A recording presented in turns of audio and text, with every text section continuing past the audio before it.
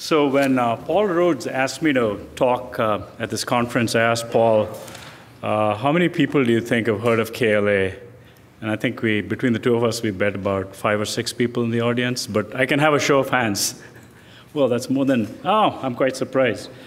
So what I'm going to do is, his mission to me was to try and inspire you guys on future applications for neural computing. But not just neural computing, I think I'm going to talk, I think as you'll see the application space, I think there's a lot of space for completely new algorithms also.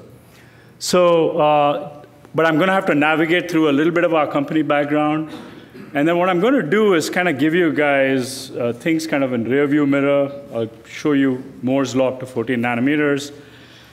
And then I'll give kind of a cartoonish, very simplistic view of what one of our systems looks like, a wafer inspection system, and then go on to future challenges. So here's kind of what KLA Tencor is. We're about a $3 billion company, and we have about a significant amount of investment in R&D. The products that we have start all the way from wafer inspection. We do metrology. We do reticles, it's mask inspection, we do LEDs, and then we also have products in storage. But what's really our value proposition? So a simple way in which I try and explain it to people is, if you start from an ingot of silicon and you're looking for a finished chip, it's about 16 to 24 weeks. In fact, I think the time's getting longer. That's the pipeline when it starts from a silicon to the time till you can do electrical tests. Forget about a finished chip even, right? So that means, and what kind of tests they do? They'll actually do either functional tests. They'll see if the chip is good or bad. Maybe it works at 2 gigahertz and fails at 3 gigahertz. And they'll also do parametric testing, right? So these are the kinds of things they do. And so obviously, you can't have hundreds of millions of dollars of silicon in flight and have no idea whether the stuff's going to work or not. And that's what, that's where we come in. We build proxies for electrical tests in the front end of the fab. And so for functional tests, we have reticle and wafer inspection systems. And then we have proxies for parametric tests, where we have metrology tools that do kind of physical. So what we're really doing is we're taking physics, optics, electron imaging, and converting them into things that could predict electrical signals in the future. So, for example, you'll have, some of our output on the defect inspection systems would be these kinds of things. You'll have a blocked implant, blocked contact. They may not make a lot of sense to you, but one of these defects will probably kill your chip, right? So they've got to make sure that they can catch all these things. But beyond that, on the other side, you're seeing the transistor over there. They've got to be able to control the gate dimension quite well. And so they've got to keep these things, they've got to kind of balance both these things. And they've got to do it at a reasonable cost. And so what we really do is, we're really a physics and math company, right? So one part of our company goes, we look at deep UV. We have wavelengths that go from 190 nanometers to 900 nanometers, broadband systems. We have E-beam systems. And on the other side of it, we get all this data, and we have to do something with it and provide something meaningful to the customers. And so we really do a combination of these two things. And so I'm going to talk a little more about the computational aspect of it. But before I do that, let me kind of take a look into Moore's law, because you guys have heard a lot of stuff. There's doomsday predictions that Moore's law is completely dead, to some other people who think it's slowing down. So let me try and give you a somewhat more objective view of it. So the optimistic view is, yes, the CMOS scaling has ended, but there are other innovations, and we can keep putting more and more chips, right? So that's sort of the optimistic view. And there's a lot of reason for this optimism, because I've seen at least, I've been in the industry for 30 years, and there are several times that people have predicted that it's going to die, right? Optics cannot be extended, et cetera. But there are some real dark clouds, right? The pessimistic view is all exponential laws come to an end. And a lot of people think that the last true node was 28 nanometer. And then the number of transistors could double, but the cost per transistor cannot stay flat, right? So let me give you, so this is a chart. It's a very busy chart. This is from 2009. So what we do is we predict what's going to happen over the next 10 years. And you'll see there's a lot of different customers. We have flash customers. We have microprocessor, logic, foundry. And there's all kinds of, what are they doing at the front end of the transistor? What are they doing in the middle? And then how are they connecting things at the back?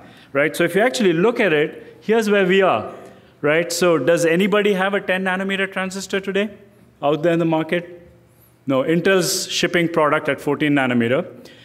There are other people who are shipping, your iPhone's probably got a 16 nanometer chip. But actually, there's a little bit of trickery they play. What the 16 nanometer is actually 20 nanometer in dimension. And it's a FinFET transistor. So there's marketing games going on where people are claiming it's 14 nanometers. But the truth is today, we are probably shipping something between 14 and 20 nanometers, right? On the other hand, this prediction was we should have hit 10 nanometers already. So I think the objective reading would be the 2 years has gone to about 3 years or 3 plus. And the question is it expanding or is it just going to just stop, right? And there are some concerns because if you look at a flash, you can't use lithography scaling anymore for flash, so they're going vertical on flashes. So it hasn't stopped in that sense, right? So the lithography scaling has stopped, but they're doing things vertically. EUV was supposed to have come on the scene in 2003, by the way. It still hasn't made it. And some people are saying it could come at 7 nanometers. Some people are saying it could come at 5 nanometers. And even if you listen to the most optimistic guys, they'll say, well, we'll use EUV for a few layers. And then the rest of it will be traditional processing. So that's sort of kind of a somewhat more pessimistic reading on what's going on. However, if you look at the end drivers, there's just an enormous appetite for chips, right? Whether there's driverless cars, there's 5G. 5G can go more than a gigabit. Internet of Things, the cloud, machine learning. So there's an insatiable drive for chips. The question is, how are we going to get there? Maybe we don't get there with traditional scaling, and there are other architectural approaches that might get us to newer products. And that also, in some sense, suggests that the time is ripe for the traditional von Neumann architecture slowing down, and maybe there's opportunities for other kinds of things to happen. So that's just a brief view on the industry. So let me kind of go through the wafer inspection problem. And I'm going to give it really a cartoonish kind of view of it. So here's what our products, the family of products we have. We really have optical. The way I like to view inspection is it's like the night sky. If you look at the night sky, the optical inspector detects stars. So we can actually go in and see with your naked eye stars. But you can't probably tell that there's a binary star. Right? For that, you'll have to focus something. You'll need a Hubble telescope or something. And you can then probably go in and say that you can distinguish it. So we use a similar strategy in inspection. And we've been using this for the better part of a decade. We use the optical inspectors to find stuff. And so this wafer inspection is really a system-of-system phenomenon. We use optical inspection for detection and E-beam for verification. And here's the problem. The optics does have sort of the throughput that's reasonable to our customer. In other words, we can inspect one wafer in about an hour.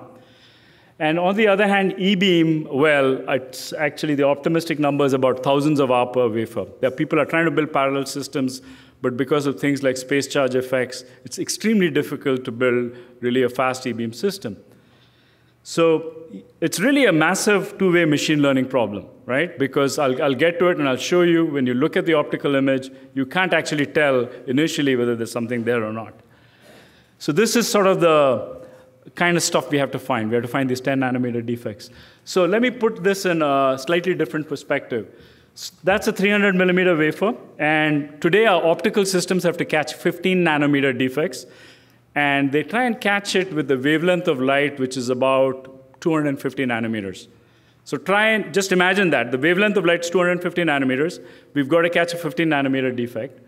The equivalent story is you can look at Northern California, a radius of about 300 kilometers, and you have to detect a 15 millimeter penny.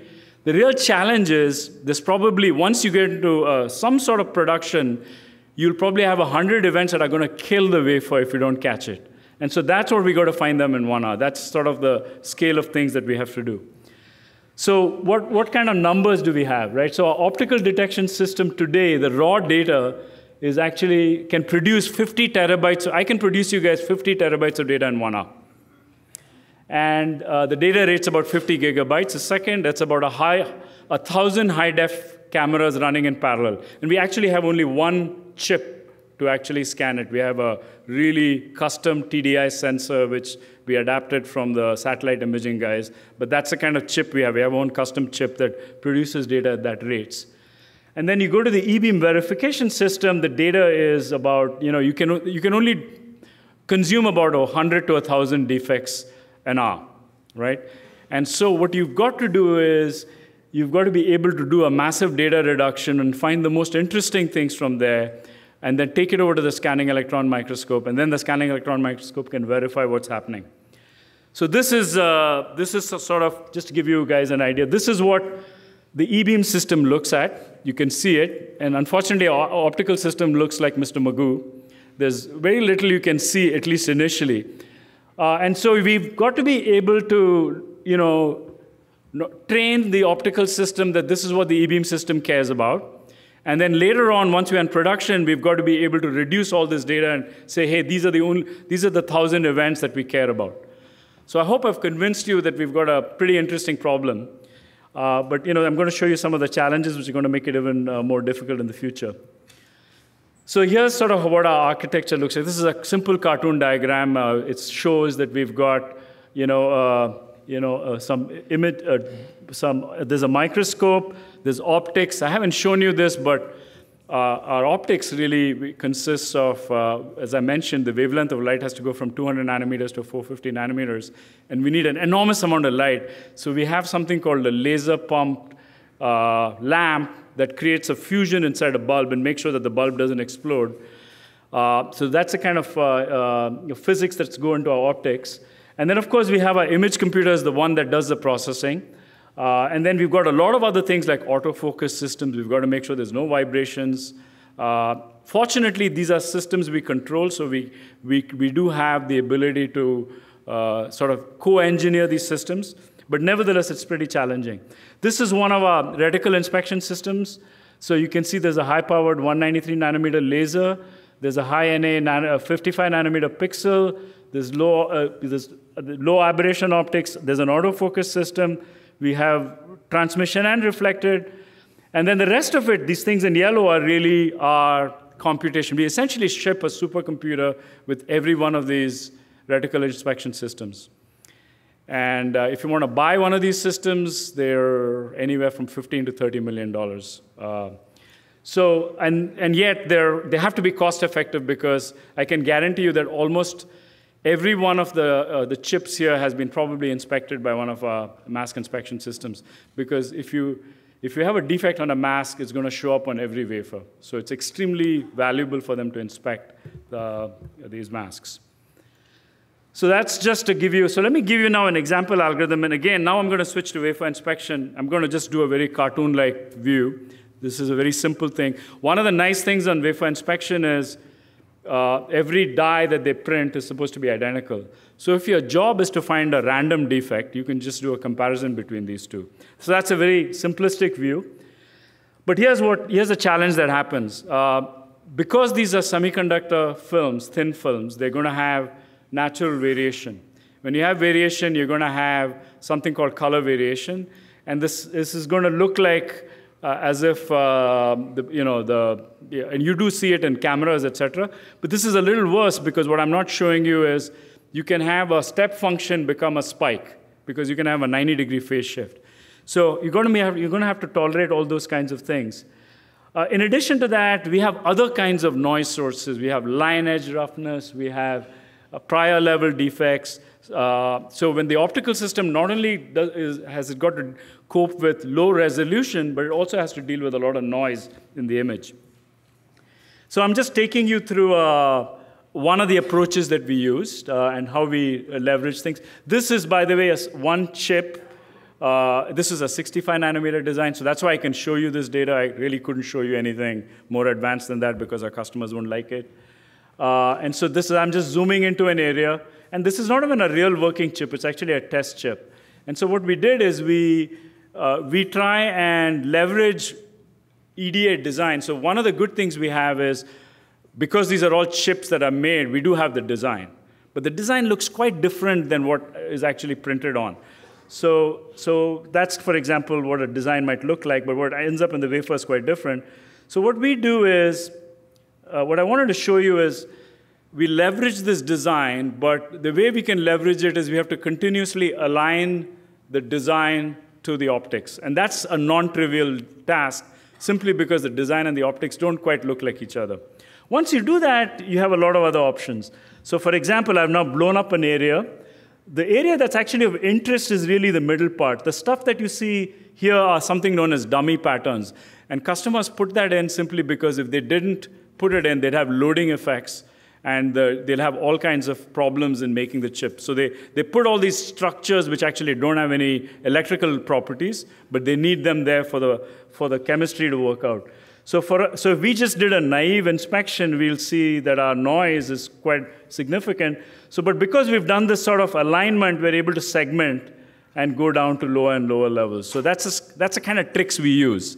We try and exploit every knowledge of physics of our system, as well as anything that our customer puts on the EDA side, right?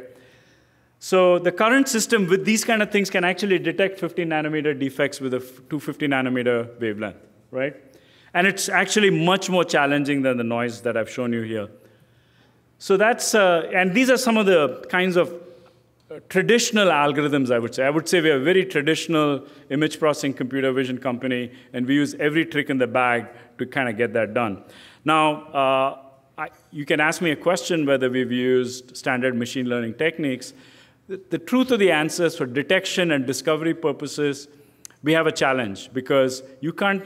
A lot of the things in the semiconductor is we have to learn. There are brand new materials that are come on. So if you haven't seen that material, how can we leverage? You have to have some kind of past knowledge before you can leverage one of these learning systems. Nevertheless, we are starting to see some inroads that machine learning can make. So let me also switch to how we've computationally dealt with it. So this is sort of our version of Moore's law. So our problem is, every 2 years, we have to quadratically keep up with the speed, right?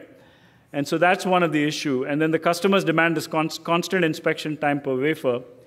And so every 2 years, and now maybe it's 3 years, but it's still, we have to speed it up.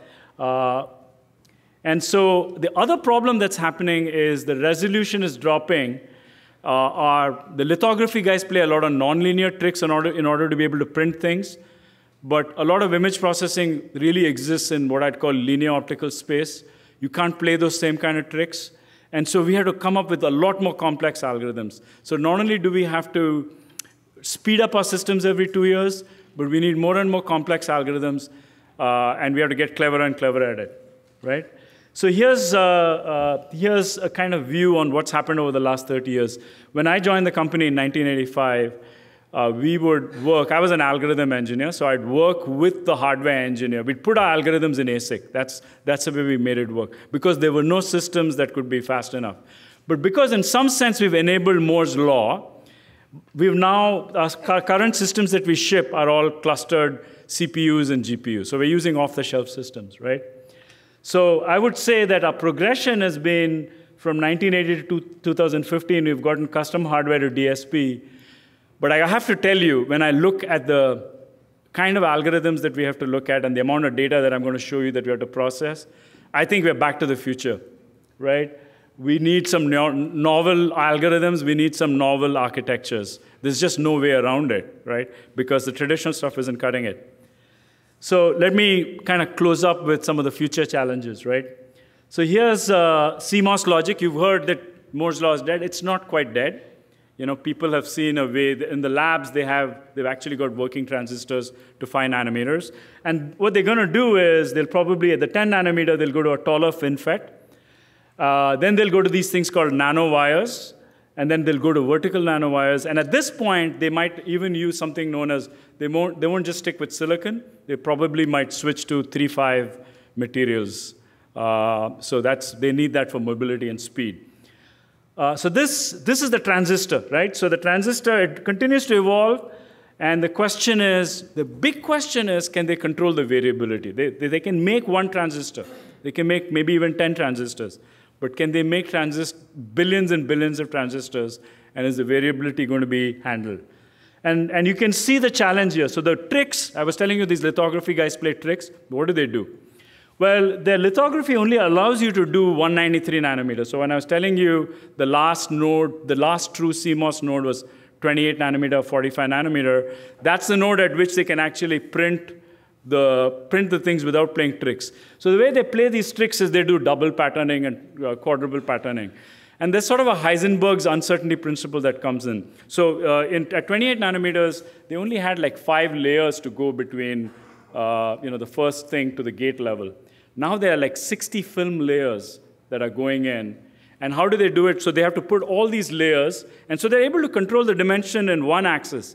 The next axis they go, they have problems. So as you build it up, the variability goes up more and more. So yes, they are able to make transistors, but they're not able to quite control the variability. And that's, to us at KLA, this is both a challenge and an opportunity because they obviously need more process control in order to be able to make the device, right? So the challenge is the variability is increased by an order of magnitude, but they might probably need much more precise process control. The other thing that's happening, and I think you guys saw it, I think, with some of the interesting devices, without question, there's going to be more than Moore's going on. You can still be at 28 nanometer, you can be at 14 nanometer. It's just like the flash guys are at 14 nanometer, and you can probably build stuff vertically. But now that raises a whole bunch of, that's not necessarily easy either. So we need other techniques in order to be able to inspect those and be able to deliver things for you guys. Something has to happen because, the last time I think Moore's law almost died was in 1978 when it didn't quite die because that was when bipolar sort of ran out of steam. But CMOS was waiting in the wings. CMOS was right there. There's nothing right now to replace CMOS, right? So CMOS is going to have to be there, and we're going to have to play tricks like this for the next few years. And so let me kind of finish up by saying what I think where we see things going is, I've been talking about planar inspection, one layer at a time, but we're almost sure now that just because it's impossible to make a transistor in one layer, we think inspection is going to be a challenging proposition to just do it in one layer. So we're going to have to go from pixels to voxels. I already gave you guys the data rates, and you can imagine how challenging that's going to be, right? So we're going to need not only clever algorithms that reduce this thing to the things that matter, but then we also need much, much better computational systems. So it's going from pixels to voxels. So it'll probably go from petabytes to hour. We are going to have to combine physics models with machine learning. So it just can't be a naive brute force machine learning. We know a lot about the physics, but how can we intelligently combine physics inputs with, with machine learning techniques, right? So I think the traditional handcrafted feature engineering days are very challenging. I can vouch for that. Those, all the tricks that we've been able to do. And so the traditional architectures will not scale. So, as far as we're concerned, we're definitely looking for breakthroughs in neural algorithms and neural computing architectures. And this is my last slide. So it's an open invitation to you guys to come and collaborate with us. Going forward, we're looking at deep learning and Bayesian inference. We're looking at all kinds of architectures for machine learning. As I mentioned, we're looking at combining physics and machine learning. We have opportunities for students, internships, full-time positions. And yes, we do collaborate with academic folks also. And there are email contacts there. So with that, I'll stop for some questions.